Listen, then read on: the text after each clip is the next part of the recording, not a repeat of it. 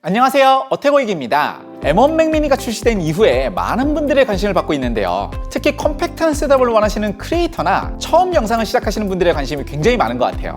M1의 영상 편집 성능에 대해서는 의견이 굉장히 분분한데요. 어떤 분들은 M1 맥으로는 영상 작업은 꿈도 못 꾸니 데스크탑을 써야 한다. 또 다른 분들은 무슨 말이냐, M1 맥이면 4K 영상 편집도 충분하다, 이렇게 말씀하시다 보니까 특히 처음 영상을 시작하시는 많은 분들이 혼란스러워 하시는 것 같아요. 오늘은 이런 혼란을 해결해드리기 위해서 M1 맥미니와 함께 100만원 전후로 구입하실 수 있는 데스크탑 PC를 비교해 보겠습니다. 완전히 전문적인 영상 편집을 하시는 분들이야 어차피 맥 프로나 하이엔드급 PC를 사용하실 테니까요. 오늘은 지금 여러분들이 보고 계시는 딱 이 정도 4K 영상 제작이 가능한지를 기준으로 테스트를 해보겠습니다. 먼저 두 제품의 스펙부터 살펴보면요. M1 맥미니에는 A-코어 프로세서와 A-코어 GPU 그리고 8기가의 통합형 메모리가 탑재되어 있고요. 함께 비교할 데스크탑 PC에는 인텔 i5 10400 6코어 프로세서와 엔비디아의 1660 슈퍼 GPU 그리고 32기가 램이 탑재되어 있습니다. 두 모델 모두 맥과 PC에서 엔트리급에 해당하는 사양인데요. 저희가 제작한 PC는 휴대용 라이브 스트리밍을 위한 소형 ITX 사양이다 보니까 케이스나 파워, 메인보드가 일반적인 ATX 사양에 비해서 상당히 고가의 부품으로 구성되어 있습니다. 똑같은 사양에서 일반 ATX로 부품을 구성하면 훨씬 저렴해지기 때문에 M1 맥미니와 비슷하거나 약간 더 저렴한 가격으로 구입하실 수 있습니다. 두 모델에서 일단 램이 큰 차이를 보이는데요. PC는 워낙 램 가격이 저렴하다 보니까 넉넉하게 32기가로 구성했고요. M1 맥미니는 최대 16기가 옵션까지 지원하지만 업그레이드 가격이 너무 비현실적이기 때문에 8기가 모델로 구입했습니다. 다만 M1 맥미니는 LPDDR4X 메모리를 프로세서와 함께 통합형으로 사용하고 있기 때문에 PC에 사용한 DDR4 2600 메모리에 비해서 효율이 굉장히 좋은 편인데요. 실제 8기가 M1 맥미니를 저희가 가지고 있는 16기가 M1 맥북 프로와 비교해봤을 때 8K 비디오 익스포트를 포함한 거의 모든 테스트에서 전혀 차이를 확인할 수 없었습니다. 자, 그럼 본격적으로 성능을 확인해보면요. 먼저 CPU의 전반적인 퍼포먼스를 측정하는 긱벤치5 프로세서 테스트에서는 싱글코어와 멀티코어 모두 M1 맥미니가 훨씬 높은 점수를 보여줬는데요. 반면 GPU 성능을 측정하는 긱벤치5 컴퓨트 테스트에서는 1660 슈퍼 GPU를 장착한 PC가 3배 이상 높은 점수를 기록했습니다. M1에 장착된 A-코어 GPU는 통합형 GPU로는 정말 대단한 성능이지만 아직은 1660 슈퍼 같은 보급형 GPU에 비해서도 많이 부족한 모습을 보여줬습니다. CPU를 이용한 3D 렌더링 퍼포먼스를 측정하는 시네벤치 R23에서는 두 모델이 거의 비슷한 성능을 보여줬는데요. 맥미니와 PC 모두 쿨링이 잘 되어 있기 때문에 10분 동안 진행된 테스트에서도 스로틀링의 영향을 전혀 받지 않았습니다. 그럼 지금부터 영상 편집에서의 성능을 확인해 보겠습니다. 요즘 크리에이터분들의 많은 선택을 받고 있는 다빈치 리졸브부터 확인해 봤는데요. 먼저 4K 60fps 로우 영상에 다양한 럿과 이펙트를 적용하고 타임라인 플레이백 성능을 확인해 봤을 때 M1 맥미니는 8fps, PC는 35fps로 4배 이상의 차이를 보여줬습니다. 하프 레졸루션 프록시를 적용했을 때에도 PC는 60fps 풀 플레이백이 가능한 반면 M1 맥미니는 15fps의 성능을 보여줬는데요. 현실적으로 다빈치 리졸브에서 M1 맥미니를 이용한 4K 로우 영상 편집은 30fps 정도까지 가능한 것으로 보입니다. 영상 제작을 시작하시는 분들이 가장 많이 사용하는 코덱인 H64의 플레이백 성능도 측정해봤는데요. 4개의 4K H64 비디오를 아무런 이펙팅 없이 타임라인에서 동시에 재생했을 때 PC는 풀 플레이백이 가능한 반면 맥에서는 10fps의 성능을 보여줬습니다. 두 모델 모두 H64 하드웨어 디코딩을 사용하고 있는데요. 아직 M1 맥미니의 H64 디코더가 다빈치 리졸브에 최적화되지는 못한 것으로 보입니다. 이런 양상은 렌더링이나 트랜스코딩에도 똑같이 이어졌는데요. 다양한 럭과 이펙트, 거기에 노이즈 리덕션까지 적용된 아주 무거운 5분짜리 4K 브이로그를 H64로 렌더링했을 때 PC가 3배 이상 빠른 성능을 보여줬고요. 5분짜리 4K 프로레스 포트2 영상을 H64로 트랜스코딩할 때도 PC가 2배 정도 빠른 속도를 보여줬습니다.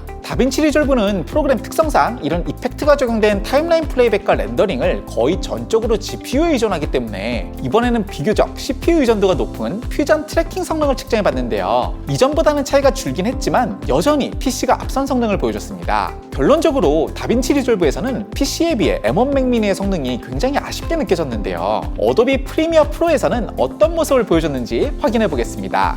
프리미어 프로에서는 비교적 가벼운 프로젝트로 테스트를 해봤는데요. 기본적인 색 보정과 룩 적용, 간단한 타이틀이 더해진 1분짜리 4K 브이로그 영상을 렌더링했을 때 다빈치 리졸브보다는 차이가 줄어들긴 했지만 이번에도 PC가 2배 정도 빠른 속도를 보여줬습니다. 같은 프로젝트의 타임라인 퍼포먼스를 살펴보면 PC에서는 전체 해상도 고품질 재생 모드에서도 상당히 부드러운 재생을 보여준 반면 M1 Mac Mini에서는 2분의 1 해상도의 고품질 재생을 사용하지 않았을 때가 현실적으로 편집이 가능한 마지노선이었습니다. 앞서 다빈치 리졸브에서 테스트했던 5분짜리 4K 프로레스 포토2 영상의 H64 트랜스코딩 성능을 측정해봤을 때에도 다빈치 리졸브에서의 결과와 사실상 동일한 결과를 보여줬는데요. 두 모델의 성능 차이가 단순히 프로그램 최적화의 문제라기보다는 아직은 애플과 엔비디아의 하드웨어 인코더 퍼포먼스 차이가 존재하는 것으로 보입니다. 아직 프리미어 프로는 로제타 변환으로 구동 중이기 때문에 향후 애플 실리콘 버전에서 반드시 성능이 개선되기를 기대해봅니다. 자, 지금까지의 테스트 결과만 보면 M1 Mac Mini는 영상 편집에서 거의 사용이 불가능한 것으로 보이는데요. 이제는 완전히 정반대의 모습을 보여드리겠습니다. 바로 파이널 컷 프로에서의 영상 편집 성능인데요. 먼저 4개의 4K H64 영상을 동시에 플레이백했을 때 다빈치 리졸브에서는 고작 10fps의 재생만 가능했지만 파이널 컷 프로에서는 놀랍게도 베터 퀄리티 모드에서도 풀 플레이백이 가능했습니다. 4K 프로레스 포토2 60fps 영상에다가 심지어 3개의 럿을 더한 상태에서도 풀 플레이백은 물론 굉장히 부드러운 스키밍까지 보여줬는데요. 똑같은 영상과 럿을 다빈치 리졸브에서 테스트했을 때에는 21fps의 플레이백만 가능했습니다. 심지어 같은 영상과 럿이 적용된 상태에서 추가로 다양한 광원 효과와 필름 그레인까지 적용해도 완벽한 플레이백과 스키밍을 보여줬는데요.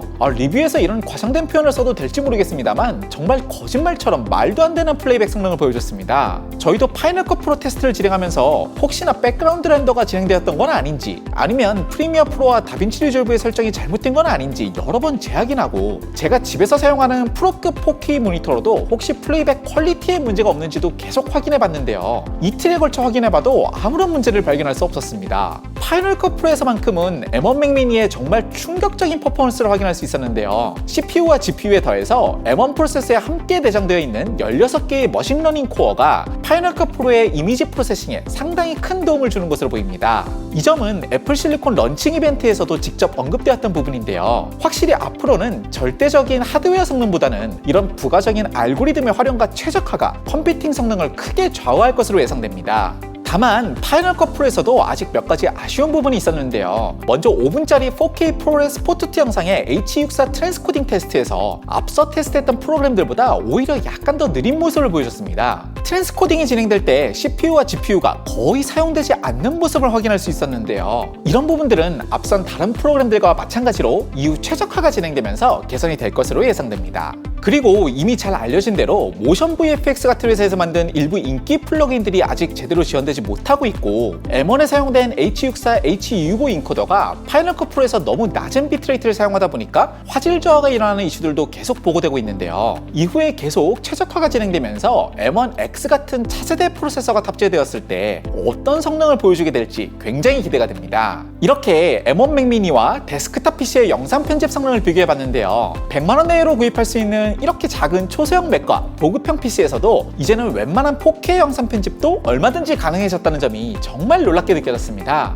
파이널 컷 프로를 사용한다면 M1 Mac Mini에서도 지금 보고 계시는 이 정도 영상은 얼마든지 제작하실 수 있고 프리미어 프로와 다빈치 리졸브도 보급형 수준의 PC에서도 기대 이상의 충분한 성능을 확인할 수 있었는데요. 이제는 누구나 창의적인 아이디어만 있다면 아주 큰 비용을 들이지 않고도 멋진 컨텐츠를 창작할 수 있는 환경이 만들어진 것 같습니다. 저희 어태고익도 이런 테크놀로지의 발전 덕분에 여러분과 함께 이렇게 다양한 콘텐츠를 공유할 수 있게 되었는데요. 다음 시간에는 저희 어태고익이 콘텐츠를 만들고 있는 작은 스튜디오를 소개해드릴 예정입니다. 많은 분들이 영상 제작을 시작하고 싶지만 어떻게 해야 할지 좀 막막해하시고 저도 불과 3-4달 전에 완전히 똑같은 고민을 하고 있었는데요. 어떻게 꼭 필요한 시스템을 구성하고 열심히 콘텐츠를 만들고 있는지 하나하나 자세히 소개해드릴 테니까요. 미리 구독 그리고 알림 설정 부탁드리겠습니다. 그럼 다음 주에 다시 인사드리겠습니다. 감사합니다.